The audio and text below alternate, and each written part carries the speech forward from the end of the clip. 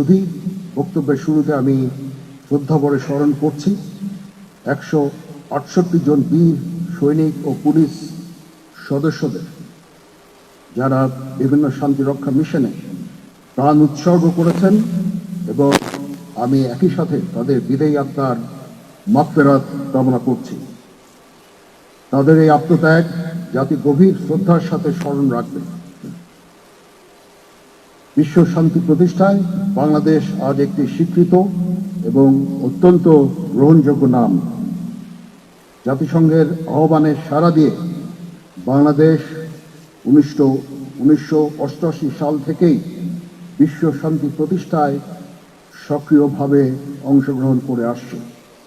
বর্তমানে শান্তি রক্ষা কাজে বাংলাদেশ সেনাবাহিনীর 4880 জন, নৌবাহিনীর 343 জন, বিমান বাহিনীর 396 জন এবং পুলিশ বাহিনীর 199 জন সহ সর্বমোট 5118 জন শান্তিরক্ষী বিশ্বের বিভিন্ন দেশের 9টি শান্তিরক্ষা মিশনে নিয়োজিত রয়েছে।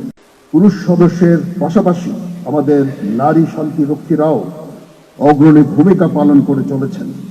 অদ্যাবধি বাংলাদেশ সশস্ত্র বাহিনী ও পুলিশের সর্বমোট 3645 জন মহিলা শান্তিরক্ষী সফলভাবে শান্তিরক্ষা কার্যক্রমে অংশগ্রহণ করেছেন। বর্তমানে 444 জন মহিলা সদস্য শান্তিরক্ষার কাজে সক্রিয়ভাবে নিয়োজিত রয়েছেন।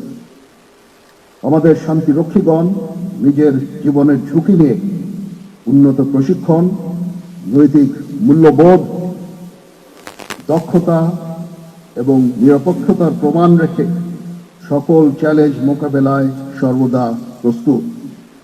আপনারা জেনে আনন্দিত হবেন যে সম্প্রতি আমাদের একটি হেলিকপ্টার কন্টিনজেন্ট আর্ম রোলে কঙ্গো মিশনে মোতায়েন রয়েছে। এছাড়াও সম্প্রতি পেরুভিয়ান আর্মিকে আমরা নিজেদের প্রযুক্তিতে তৈরিকৃত বিস্ফোরক নিষ্ক্রিয়কারী যান অনুদান হিসাবে হস্তান্তর করেছি।